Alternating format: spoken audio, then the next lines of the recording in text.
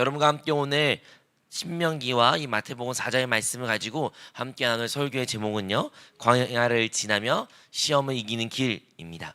지난주를 이어서 오늘도 여러분과 함께 이 광야를 지나며라는 시리즈로 함께 말씀을 나누고자 합니다.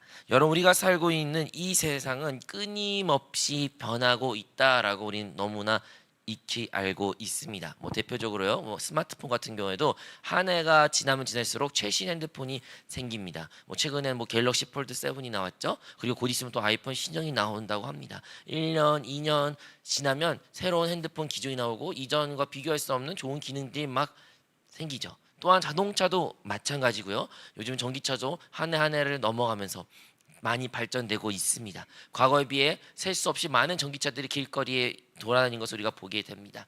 그뿐만 아니라 여러분들이 잘 알고 계신지 모르겠지만 AI 관련된 기술들이 나날이 정말 한 달이 1년이 지나면 지날수록 계속 진보되고 발전되고 있습니다. 그래서 이전에 우리가 체험하지 못한 세상 가운데 우리가 살고 있죠. 하지만 이상에도 이렇게 많은 것이 변하고 있지만 또한 변하지 않는 것들이 있습니다. 그것이 무엇이냐면 한 가지로 제가 뽑자면 바로 환경 탓입니다. 환경 탓. 예를 들어 여러분들이 시험에 성적이 안 나왔어요. 그러면 왜 안 나왔을까요? 시험 내는 문제가 너무 어려워서 내가 시험 못 봤다. 점수 낮은 거야? 이 시험지 문제 탓이다. 선생님 탓이다. 공부하지 못했던 나의 환경 탓이다. 학원 보내지 못했던 나의 환경 탓이다. 이런 환경이 탓할 수도 있고요. 직장인들 같은 경우에는 성과가 나오지 않는 이유가 무엇이에요? 나의 상사가 나의 시설력을 인정받지 못해서, 나의 주위에 있는 사람들이 나의 어떠한 사람 만나는 그 파트너가 이러한 이유로 우리의 성과가 없다라고 우리는 직장에서 말할 수도 있을 것 같습니다. 결혼 생활 해보면 어떻습니까? 결혼하면 많은 경우에는 결혼해서 행복해서 살기를 원하지만 정작 결혼하면 많이 싸웁니다. 부부 싸움을 많이 합니다. 그러면 누구 때문에 싸울까요? 다 남편 탓, 아내 탓, 아니면 당신 가정 탓, 당신 부모님 탓, 이러한 탓으로 우리가 돌립니다. 부부가 사이 좋다고요? 그러면 또 싸웁니다. 사이 좋아도요. 뭐예요? 돈이 없어서, 직장에 늦게 와서서, 이런저런 많은 이유로 우리는 환경 탓 때문에 돌려서 많이 싸웁니다. 여러분, 집이 좁아서도 싸운 사람도 있는데요. 근데 재밌는 것은 집이 넓어진다 해서 싸움이 멈추지는 않습니다. 사람은 끊임없이 무엇인가의 환경으로 말미암아 불평을 하고 또한 그것에 탓을 하고 나의 잘못이, 나의 실수가, 나의 고통이 이해부터 비롯됐다고 우리는 말합니다. 이것은 세대가 지나도 변하지 않는 것 같습니다. 과거에도 그랬고 지금도 그러며 앞으로도 아마도 그럴 것입니다. 이 환경 탓하는 우리의 모습, 우리의 이 생각, 고정, 관념은 어디서부터 비롯된 것일까요? 여러분, 이것을 조금 더 영적으로 바라보면 이 모든 것은 바로 시험이라는 단어로 우리가 요약할 수가 있습니다.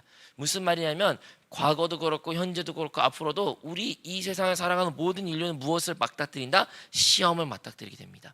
그런데 그 시험을 넘어서지 못한 사람은 다 환경 탓을 합니다. 모든 탓을 외부에 찾는다는 것이죠. 이 일은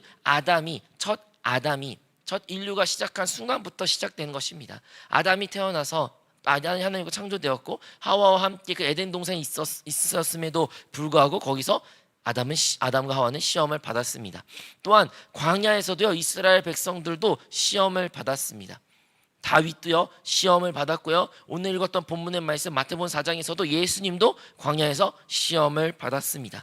수천 년 전, 2000년 전 상관없이 모든 인류는, 모든 사람은, 모든 개인은 시험을 통과하게 됩니다. 그렇다면 이 반복되는 정말 역사가 변하지 않는 이 사실은 과연 우리는 어떻게 받아들여야 될까요?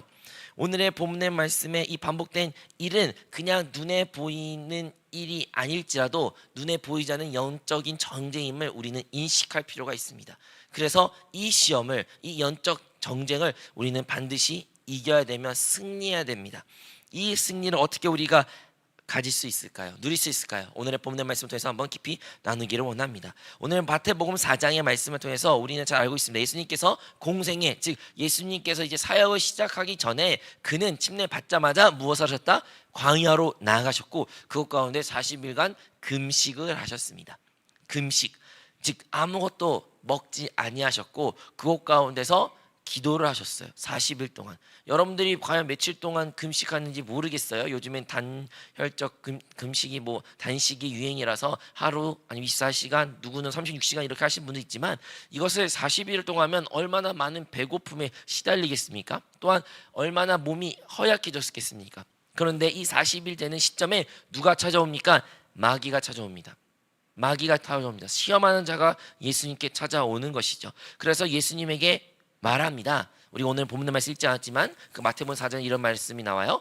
마귀가 예수님께 유혹하죠. 자, 여기 돌들이 보인다. 이 돌들을 무엇을 바꾸라? 떡으로 바꿔라. 떡. 여러분 뭐 떡으로 말하니까 여러분들이 예수님은 진짜 떡을 좋아하셨나 보나라고 생각할 수 있는데 그 떡이 빵이라는 뜻이에요. 빵. 즉 오늘 말하면 우리가 뭐 쌀, 빵, 뭐 좋아하십니까? 어쨌든 여러분이 좋아하는 거, 여러분 먹고 싶어하는 거, 여러분 주식되는 것을 바꾸라고 사단이 말합니다.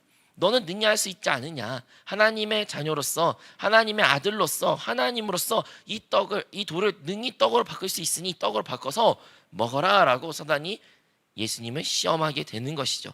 그리고 예수님이 뭐라고 말씀하십니까? 이 사단의 그 유혹에 예수님과는 넘어지지 않으시고 또한 그 말에 귀 기울이지 않으시죠. 또한 예수님께 또 어떠한 시험을 하냐면요, 사단은요, 바로 예수님은 성전 꼭대기를 데려갑니다. 여러분, 이스라엘 백성들의 중심은, 유대인들의 중심은 항상 성전입니다. 그들이 뭐 민족 중심, 뭐 율법 중심 말하지만 항상 그 중심에는 항상 성전이 있었어요. 그러니까 성전 중심으로 나라가 돌아갑니다. 즉 가장 핵심적인 것이 성전이 있는데 이 성전 꼭대기에 예수님을 데리고 말합니다. 너 이 성전 위에서 뛰어내려라. 근데 너는 하나님의 아들이기 때문에 천사가 너를 반드시 땅에 떨어지지 않고 너를 구해줄 것이다 라면서 예수님에게 제안을 합니다. 이러한 제안도 예수님이 받으셨고요. 시험을 받으셨고요. 또 세 번째는 마지막으로 사단은 예수님께 높은 산 위에 데려가서 말하죠. 자, 여기 있는 모든 것이 보이는데 이것들이 다 나에게 속한 것인데 이제 네가 나한테 한 번만 절하면, 나를 절하면 내 이 모든 것은 너에게 준다. 주마. 너에게 다 위임하마. 그러니까 나에게 절하라 라고 사단이, 마귀가 예수님을 시험하게 되는 것입니다. 이 모든 것을 어떻게 볼 수 있을까요? 뭐 우리의 정욕적인, 예수님의 그 정욕적인 그 모든 것을 들끓게 해가지고 그 정욕을 자극시키는 시험들을 마귀가 예수님께 한 것이었습니다. 그런데 이 세 가지 시험은 예수님만 받은 것뿐만 아닙니다. 우리가 잘 알고 있는 것처럼 인류의 그 첫 시험 언제부터 시작됐다? 아담과 하와에서부터 이 시험은 동일하게 역사한 것 같습니다. 우리 한번 창세기 3장 6절의 말씀인데요, 한번 읽어볼까요? 읽겠습니다. 시작. 여자가 그 나무를 본즉 먹음직도 하고 보암직도 하고 지롭게 할 만큼 탐스럽기도 한 나무인지라. 여자가 그 열매를 따먹고 자기와 함께 있는 남편에게도 주매 그도 먹은지라. 우리가 잘 알고 있는 것처럼 하나님께서 너희에게 모든 것을 먹을 수 있지만 단 한 가지, 이 나무를 먹지 말라, 선과 악을 알게 하는 지식의 나무 열매를 먹지 말라 했는데 이 나무를 기어코 여자가 그리고 아담이 먹게 됩니다. 근데 이 나무가 어땠어요? 보암직, 그러니까 눈으로 보니까 어때요? 먹음스럽게 보였대요. 또한 보암직스럽도 하고 지럽게 할 만큼 탐스럽게 한 나무였다라고 말합니다. 그 사람의 정욕을 자극하여 결국에는 이 하와가, 우리 뭐 여자가 그리고 아담이 이 열매를 먹게 된 것입니다. 이스라엘 백성도 마찬가지입니다. 이스라엘 백성도 그 광야에 있을 때 그들에게 시험이 있었습니다. 근데 대부분 무슨 시험인지 아십니까? 먹는 것 문제예요. 먹을 것이 없어가지고 이스라엘 백성들 원망과 불평을 했습니다. 마실 것이 없었어요. 그래서 하나님께 원망을 했습니다. 고기가 없어가지고 하나님께 원망 불평을 했어요. 또는 눈에 보이는 하나님이 없기에 금송아지를 만들었던 일도 이스라엘 백성들이 광야에서 했습니다. 그리고 하나님의 말씀을, 하나님의 그 말에 모세를 순종하기보다는 자기의 뜻대로, 자기가 생각하기 옳은 방법대로 나라를 이끌려 했던 것이 이스라엘 백성들 광야에 했던 모습들입니다. 그들도 결국엔 그 모든 시험에 넘어지곤 말았죠. 뭐 이스라엘 백성 단임뿐만 아니라 다윗도, 개인의 한 사람도 그가 광야에서 도망친 그 세월 가운데 있어도 그도 이러한 시험도 동일하게 받았던 것입니다. 여러분, 이 모든 것이 어디에서 일어났냐? 바로 그들의 삶 가운데서 동일한 시험이 찾아왔던 것입니다. 그런데 그 시험이 찾아왔을 때 과연 그 시험 때문에 그 사람들이 넘어졌을까요? 아담과 하와가, 이스라엘 백성과 다윗이 과연 그 환경 탓 때문에 그들이 넘어져서 하나님께 범죄하였을까요? 그 문제의 근본은 어디에서부터 비롯된 것입니까? 성경에는 근데 이 문제가 어디서 비롯됐냐면 바로 그 사람의 중심, 즉 그 사람의 하나님을 향한 사랑의 문제라고 그는 보았습니다. 요한복음에 이렇게 요한이 말한 말씀인데요. 요한일서 2장 말씀입니다. 요한일서 2장 15절 16절 말씀 한번 볼까요? 시작. 이 세상이나 세상인 것들을 사랑하지 말라. 누구든지 세상을 사랑하면 아버지의 사랑이 그 안에 있지 아니하니 이는 세상에 있는 모든 것이 육신의 정욕과 안목의 정욕과 이 생의 자랑이니 다 아버지께로부터 온 것이 아니요 세상으로부터 온 것이라. 우리 15절 말씀 한 번만 다시 보겠습니다. 15절 말씀이 이 세상이나 세상에 있는 것들을 사랑하지 말라라고 말합니다. 즉 요한은 우리에게 무엇을 강조하냐 아니면 권면하냐, 우리의 중심에는 사랑이 있는데 이 사랑이 어디에 중점을 두는지 중요하다는 거예요. 세상을 사랑하나 아니면 하나님을 사랑하나.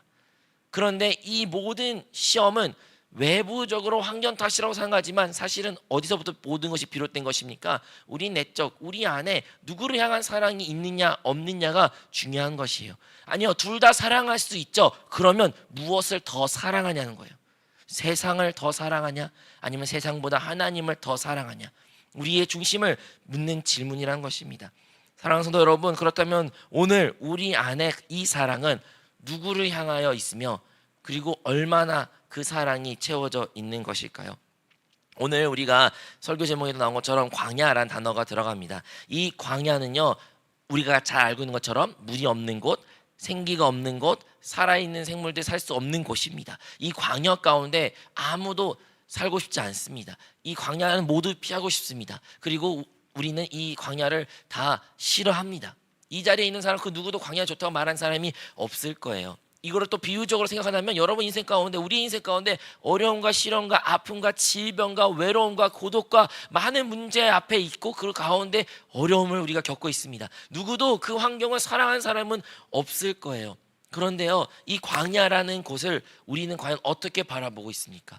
이것을 우리가 부정적으로, 그리고 우리가 회피하고 싶고 도망가고 싶은 모습으로 생각합니까? 우리 지난주 같은 경우는 여러분과 무엇을 나눴습니까? 이 광야에서는요, 우리의 생각을 변화된 장소라고 말했습니다. 그러면 오늘은요, 이 광야는 우리는 어떻게 받아들여야 된다는 것입니까? 이 광야는 우리가 하나님을 만나는 곳이고, 어떠한 만남?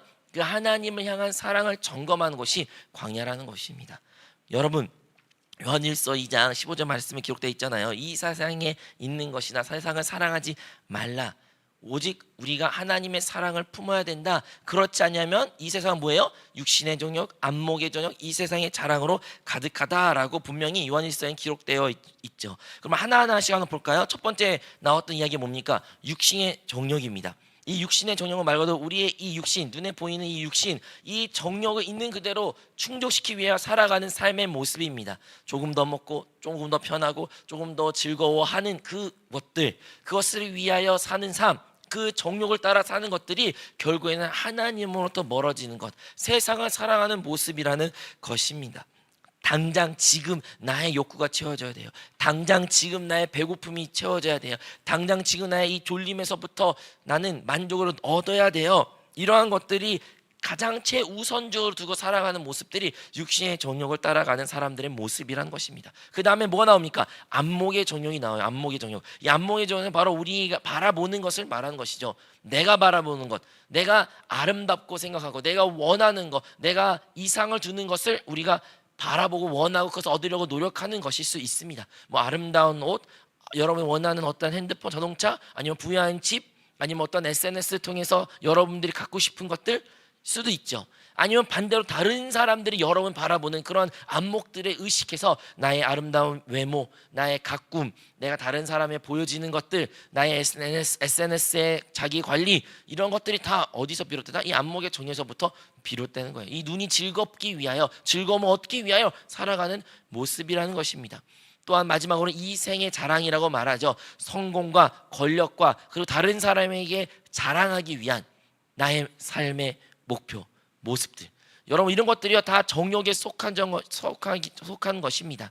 왜 우리는 돈을 많이 벌려고 할까요? 왜 우리는 행복하려고 할까요? 왜 우리는 다른 사람과 계속 경쟁해서 이겨야만 할까요? 이 모든 것이 다 이생의 자랑에 속할 수 있다는 것을 우리는 알아야 됩니다. 이 모든 것은요 나만의 왕국, 나만의 안전을 추구하는 모습에서부터 비롯되는 것입니다. 그런데 이 모든 것들이 언제부터 시작됐다고요? 오늘날 얘기가 아닙니다. 2000년 전에 예수님을 시험했던 마귀의 논리도 이와 동일했고, 또한 그 전에 수천 년 전에 아담과 하와를 시험했던 그 상황에도 이 논리는 동일했습니다. 그 수천 년 전에 2000년 전에 있던 논리가 오늘날 우리에게도 지금 적용되고 있는 것입니다. 사단은 오늘 우리의 삶 가운데, 이 광야 같은 우리의 인생 가운데 찾아와 우리를 시험합니다. 무엇으로요? 우리의 육신의 정욕, 안목의 정욕, 이생의 자랑을 자극하는 것입니다. 여러분 그 자극이 있을 때 우리는 어떻게 반응합니까? 너무나도 간단하고 너무나도 반복적인 패턴인데, 그런데 많은 사람이 넘어지고 또한 죄를 짓게 되는 것입니다. 근데 이게 문제가 무엇이에요? 환경 탓일까요? 내가 지금 광야에 있으니까, 어려운 환경까지 놓였으니까 그것이 문제입니까? 그 환경이 바뀌면 사라지는 문제들인가요? 그러면 안 넘어질까요? 아니라는 것이죠. 뭐랬어요? 이 근본은 다 바로 우리의 중심, 나의 중심, 내가 지금 누구를 사랑하는가, 무엇을 더 사랑하는가의 질문에 직결되어 있던 것입니다. 나는 지금 무엇을 사랑하고 있는가? 나는 진짜 내 안에 하나님 아버지의 사랑으로 충만하나, 아니면 세상을 향한 사랑이 내 안에 충만한지를 우리가 점검해야 되는데, 어디서 점검할 수 있다? 우리가 광야를 지날 때, 그 광야 가운데 마귀의 시험 가운데 놓여 그 순간에 우리는 우리 자신을 직면합니다. 직접 우리의 진짜 민낯을 보게 됩니다. 그리고 선택의 기로에 놓이게 되는 것이죠. 사랑하는 성도 여러분, 예수님은요 그 모든 시험을, 마귀의 시험을 받아들였을 때 그는 그 모든 것을 이겨내셨습니다. 근데 어떻게 이겨내셨냐고요? 우리가 잘 알고 있는 것처럼 그 모든 것을 말씀을 근거하여 그는 그 모든 것을 이겨내셨습니다. 그 모든 질문에 그는 그 당시에 하나님의 말씀은요 구약밖에 없었거든요. 구약의 말씀을 근거하여 그 모든 사단의 그 유혹을 물리치셨고 이기셨습니다. 우리 하나하나 보려고 합니다. 우리 신명기 말씀 볼까요? 신명기 8장 3절의 말씀인데요. 우리 마태복음 4장이랑 한번 읽겠습니다. 시작. 예수께서 대답하여 이르시되 기록하였으되 사람이 떡으로만 살 것이 아니요 하나님의 입으로부터 나온 모든 말씀으로 살 것이라 하였느니라 하시니, 다음에 너를 낮추시며 너를 줄이게 하시며 또 너도 알지 못하며 내 조상도 알지 못했던 만나를 내게 먹인 것은 사람은 떡으로만 사는 것이 아니요 야훼 입에서 나온 모든 말씀으로 사는 줄을 네가 알게 하려 하심이라. 아멘. 첫 번째 마태복음 말씀은 무엇이에요? 예수님이 사단을 향하여 말했던 말인데, 그 말이 어디에서 근거했다? 하나님의 말씀으로 또 비롯된 말씀을 예수님께서는 사단에게 말해주는 것입니다. 그 첫 번째, 육신의 정욕, 그 떡으로 바꿀 때 예수님이 했던 대답이고요. 두 번째, 그 성전 위에서 뛰어내려라 했을 때 예수님은 이것을 이렇게 대답하였습니다. 우리 한번 볼까요? 신명기 말씀 6장인데요. 그 다음 말씀입니다. 우리 함께 읽겠습니다. 시작. 예수께서 이르시되 또 기록되었으되 주 너희 하나님을 시험하지 말라 하였느니라 하시니, 너희가 마사에서 시험한 것 같이 너희 하나님 야훼를 시험하지 말고 라고 기록되어 있습니다. 그리고 마지막, 예수님을 높은 산에 올려가지고 나에게 한번 절하면 이 모든 것을 너에게 주겠다 했을 때 예수님은 또 이렇게 답변해 주셨습니다. 우리 다음 말씀입니다. 읽겠습니다. 시작. 이에 예수께서 말씀하시되 사단아 물러가라, 기록되었으되 주 너희 하나님께 경배하고 다만 그를 섬기라 하였느니라. 내 하나님을 야훼를 경외하며 그를 섬기며 그의 이름으로 맹세할 것이니라. 아멘. 이렇게 예수님은 사단의 모든 그 시험에 하나님의 말씀으로 하나하나 다 근거를 대시면서 사단을 대적하였고 결국 그 모든 시험을 이겨내셨습니다. 우리도 그럼 쉽게 생각하면 그렇게 돼요. 우리도 우리 삶 가운데 이런 시험이 있을 때 어떻게 해야 돼요? 하나님의 말씀으로 이겨내야 된다는 것이죠. 표면적으로는 이렇게 보입니다. 근데 실질적으로는요, 그 내면은 조금 더 영적인 깊이가 있습니다. 첫 번째, 예수님께서는 항상 시험 당했을 때 어떻게 반응하셨냐? 예수님은 자기의 육신대로, 자기의 감정대로, 자기의 마음대로 반응하지 않았어요. 예수님은 어떻게 반응하셨다? 철저하게 말씀을 의거하여 반응하셨던 것입니다. 즉 예수님은 예수님의 자아로서 예수님의 생각으로 그것을 반응하지 않았다는 것이에요. 철저하게 자기 부인이 있었던 것입니다. 예수님 단 한 번도 자기 자신을 드러내는 삶을 살지 않으셨어요. 이것을 우리는 기억해야 됩니다. 또 예수님께서는 그 모든 대답에, 사단의 시험에 어떻게 대답했다? 말씀으로 대답했어요. 말씀으로. 그 모든 시험을 그냥 내 생각대로, 내가 느낀 대로, 내가 보기에는, 내 경험에는 이렇게 말하는 것이 아니라 철저하게 말씀을 근거하여 하나님의 말씀을 가지고 그것을 대적했고 그 모든 시험을 이겨낼 수 있었다, 우리가 알 수가 있는 것입니다. 그렇다면 이 말씀을 이제 오늘날 우리에게 한번 적용해 보려고 합니다. 오늘도 우리에게는 끊임없는 시험이 있는 이 광야 같은 인생에 우리는 살고 있습니다. 여러분, 우리 사람들과의 관계, 여러분의 가정, 여러분 직장, 학업, 여러분의 인생 가운데서도 우리는 정말 끊임없이 많은 시험들을 받고 있습니다. 아직 시험이라고 인식 못한 순간도 있지만 또한 많은 경우는 시험이라고 알면서도 그것을 우리가 받아들이고 그것을 우리가 겪은 경험도 있지 않습니까? 그러면 여러분은 그 시험들을 어떻게 이겨냈습니까? 아니면 그냥 물 흐르듯이, 그냥 세상 사람이 다 그러듯이 그냥 그것을 모른 척하면서 그것들을 그냥 세상이 흐른 대로, 내가 생각하는 대로, 내가 느낀 대로, 내 감정대로 우리가 많이 반응한 것입니까? 우리는 첫 번째, 이 시험을 이기려면 반드시 절대적인 내가 죽은, 즉 자기 부인의 신앙생활이 있어야 된다는 것이에요. 여러분, 우리가 그 시험의 순간이 있을 때, 맞아, 이거 시험의 순간이구나, 그래 내가 한번 이거 이겨봐야지, 그래 이길 수 있어, 그래 하나님의 말씀 뭐로 있더라, 이렇게 한다 해서 이길 수가 있지가 않다는 거예요. 여러분, 처음엔 이기게 보이어도 많은 교회는 더 교만한 방법을, 우리의 시험이 있는 순간에는 우리는 결국에는 그 시험에 넘어지게 됩니다. 한번 그 시험에 통과했던 사람은 다시는 난 이거는 안 넘어질 거야 라고 생각해도 사람은 다시 넘어질 수밖에 없습니다.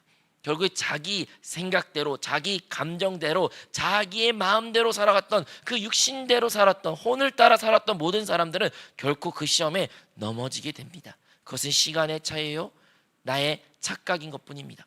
그런데 어떻게 우리가 시험을 이길 수 있다고요? 우리 예수님께서 하신 것처럼 그가 하나님의 아들일지라도 그는 절대로 자기의 감정, 마음, 생각을 대로 살아가신 것이 아니라 철저히 그 모든 것을 부인하셨어요. 우리 또한 주님께서 말씀하신 것처럼 자기 십자가를 지고 자기를 부인하는 그 신앙생활의 모습, 즉 우리를 완전하게 그곳 가운데 시험의 장소에서 우리는 부인해야 됩니다. 여러분, 우리의 생각, 우리의 감정, 우리의 마음, 우리의 경험 중요하지 않습니다. 중요하지 않습니다.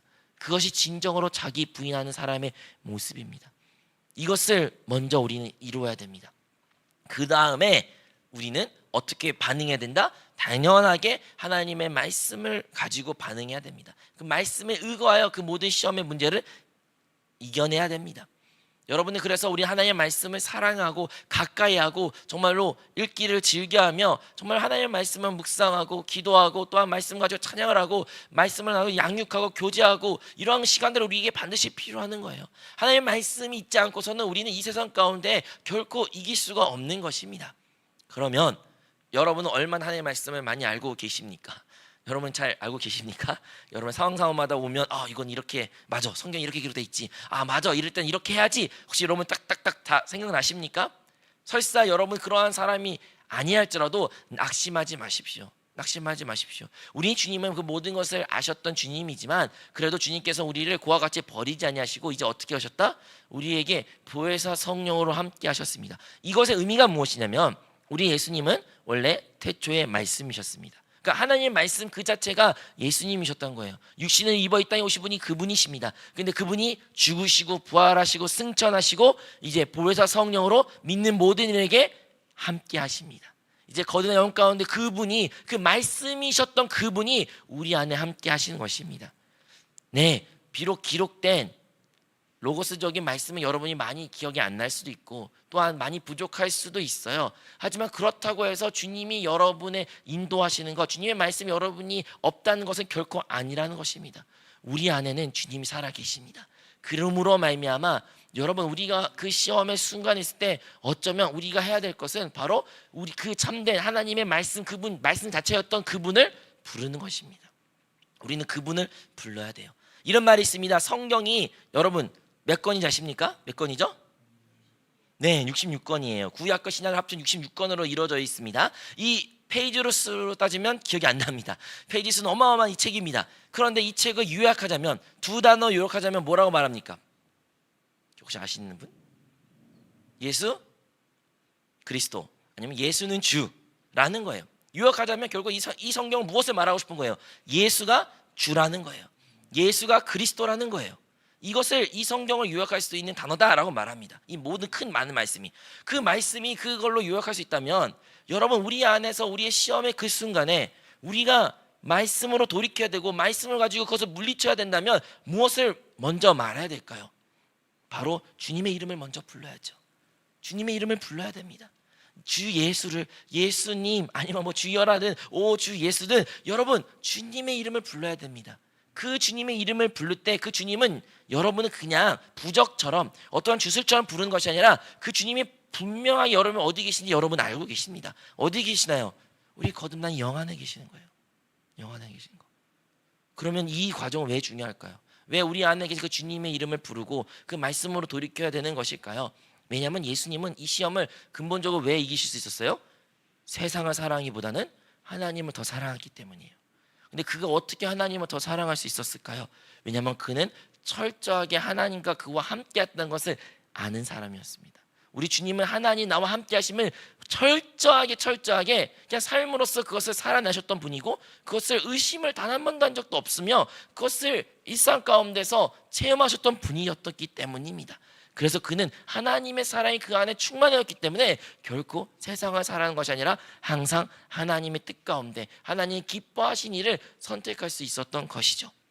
마찬가지입니다. 우리가 주 예수를 부르면서 그 말씀으로 돌이키고 아니면 영으로 돌이키는 그 가장 큰 이유는요, 결국에는 우리가 하나님 앞에 나와 하나님과의 함께 했다는 그 단독의 자리를 가기 위한 것이에요. 무슨 말이냐면, 여러분, 우리가 하나님이 나와 함께 하심을 진짜 보는 사람은, 그리고 하나님 함께 하심을 내가 직접 체험한 사람은, 세상의 소리가 안 들리고 세상에 어떠한 말이 있을지라도 그것이 들리지 않는 만큼 나와 하나님, 나와 단둘이 있다, 이것을 체험한 사람은요, 결코 세상을 선택하지 않습니다. 왜 세상을 선택할까요? 많은 교회는 하나님이 나와 단독, 즉 1대1로 있다는 것을 모르기 때문이에요. 체험하지 않기 때문이에요. 아니, 그 자리를 피하고 세상의 시선을 두고 세상의 마음에 뒀기 때문에 나와 함께 하신 하나님을 느끼지 않기 때문이에요.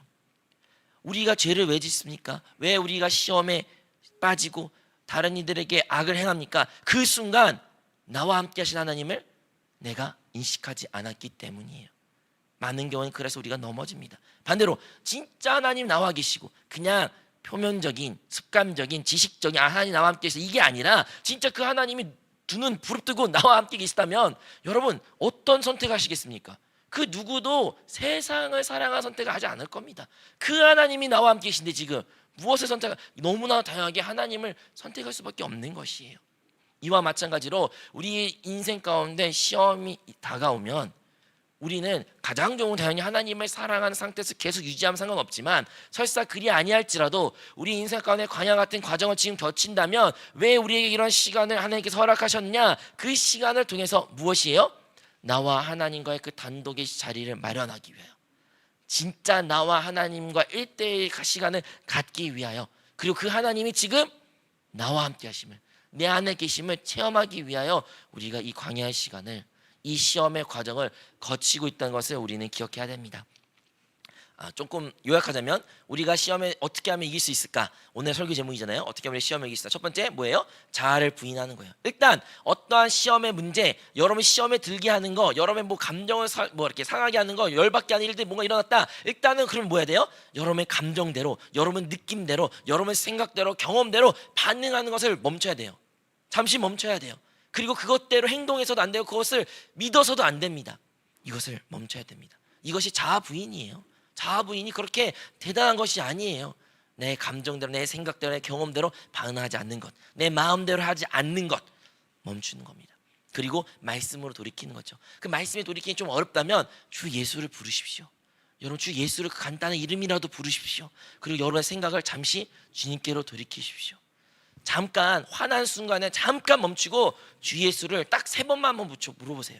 진짜 여러분 화나고 싶은 순간, 막 쏘아붙고 싶은 순간 딱 잠깐 멈추고 주 예수 한번 3번만 불러보라니까요. 과연 이전처럼 여러가 화를 낼 수 있을까요? 어떠한 죄를 짓고 싶은 순간에 딱 잠깐 멈추고 그 잠깐 내려놓고 주 예수를 한번 딱 3번만 부르십시오. 아니면 말씀으로 돌이키고 영어로 돌이키십시오. 여러분, 우리의 선택이, 우리 행동이 달라지는 것입니다. 근데 그 이유가요, 그 예수를 불렀기 때문에 어떤 주술적인 능력이 나타나서 그게 아니라는 거예요. 우리가 그분의 이름을 부름으로써 뭐예요? 나와 함께 하시는, 내 안에 살아계신 그분, 그 하나님을 1대1로 독대하는 과정 가운데 놓이기 때문입니다. 진짜 하나님 나와 함께 계시구나. 그 하나님을, 내와 함께 계신 하나님을 느꼈다는 것은, 하나님 나와 함께 있다는 것은 뭘 의미하냐면 하나님은 사랑이십니다. 즉 그분의 사랑이 내 안에 충만해진다는 것이에요. 내 안에 하나님의 사랑이 충만하면 우리는 이 세상 것을 사랑하지 않게 됩니다. 이 세상의 육신의 정욕, 안목의 정욕, 이 세상의 자랑을 따라 사는 것이 아니라 정말 이 세상을 이기는 하나님의 자녀로서 그리스도의 사람이 우리 모두가 되어야 될 줄로 믿습니다. 사랑하는 성도 여러분, 오늘 우리는 광야를 지나며 뭐예요? 시험을 이기는 길이라는 제목으로 함께 말씀을 나눴습니다. 예수님은요, 광야에서 결국에는 육신의 정욕, 안목의 정욕, 이생의 자랑이라는 그 정욕을 들끓는, 그 정욕을 자극하는 사단의 시험에 있음에도 불구하고 그는 어떻게 그 모든 시험을 이겨냈습니다. 우리도 이 세상 가운데 2000년 전에 있었던 그 시험, 아니 수천 년 있었던 그 시험이 동일하게도 우리 인생 가운데 지금 이루어지고 있습니다. 사단은 여러분을 그냥 두지 않습니다. 지금도 그 광야에서 우리를 시험합니다. 광야가 그냥 단순하게 지난주에 말씀한 것처럼 우리의 생각의 변화, 하나님의 사랑을 회복하는 것, 거기서 머물면 안 돼요. 광야는요, 우리를 시험하는 사단의 역사가 있다는 것을 우리는 알아야 됩니다. 여러분은 이 광야의 과정에 사단의 시험이 무엇인지 분별할 수도 있어야 됩니다. 그러면 그 시험을 우리는 어떻게 반응해야 될까요? 아까 말했던 것처럼 예수님이 그랬던 것이 철저하게 우리의 감정, 생각, 느낌, 우리의 마음대로 하는 것이 아니라 우리의 자아를 부인함으로써, 하나님의 말씀으로 돌이킴으로써, 조금 어렵다면 주 예수의 이름을 부름으로써 주 안에서 하나님과 나와 있는 그 당독의 독대, 즉 그 주님이 나와 함께 하심을, 그 크신 사랑이 내 안에 있다는 것을 인식할 때 우리는 모든 시험을 이기게 될 것이며 하나님의 영광을 이 땅 가운데 나타나게 될 줄로 믿습니다. 여러분, 광야는요, 우리 인생을 망하게 하는, 우리 인생을 끝나게 하는 장소가 아닙니다. 광야는 우리를 하나님께서 다루신 위한 곳이에요. 무엇으로? 하나님의 사랑이 우리 안에 가득한 것을 체험하기 위한 곳이라는 것입니다. 뭐 쉽게 말하면 특별 하나님의 학교라고 말할까요? 광야는 그러한 곳입니다. 하나님을 1대1로 만날 수 있는 곳, 광야입니다. 사랑하는 여러분, 우리 인생이 광야 같은 곳에 분명히 놓여 있습니다. 눈물의 골짜기입니다. 슬픕니다. 너무 안타깝고 힘듭니다. 맞습니다. 하지만요, 하나님은 여러분을 망하게 위하여 그곳을 보낸 것이 아니라 우리가 그곳을 통해서, 그 과정을 통해서 주님을 만나고 주님이 나와 함께 하심을 보고 누리기 위하여 주님께서 우리에게 예비하신 학교 장소임을 기억함으로 그곳 가운데 하나님의 사랑을 우리 모두가 체험하기를 주님으로 축복합니다. 여러분, 그분의 하나님 아버지의 사랑이 우리 안에 가득 채울 때 우리는 그때 이 모든 시험을 이기게 됩니다. 이 시험은 우리의 힘으로 이기는 것이 아닙니다. 사단의 시험은 우리의 능력으로 이기는 것이 결코 아닙니다. 그분의 사랑이, 하나님 아버지의 사랑이 내 안에 가득할 때 그때 이길 수 있는 것이기에 우리가 그분의 사랑이 우리 안에 채워지기를 위하여 날마다 말씀으로, 영으로 돌이키고 성령 충만함으로 살아가는 우리 모든 성도가 되시기를 주님의 이름으로 축복합니다.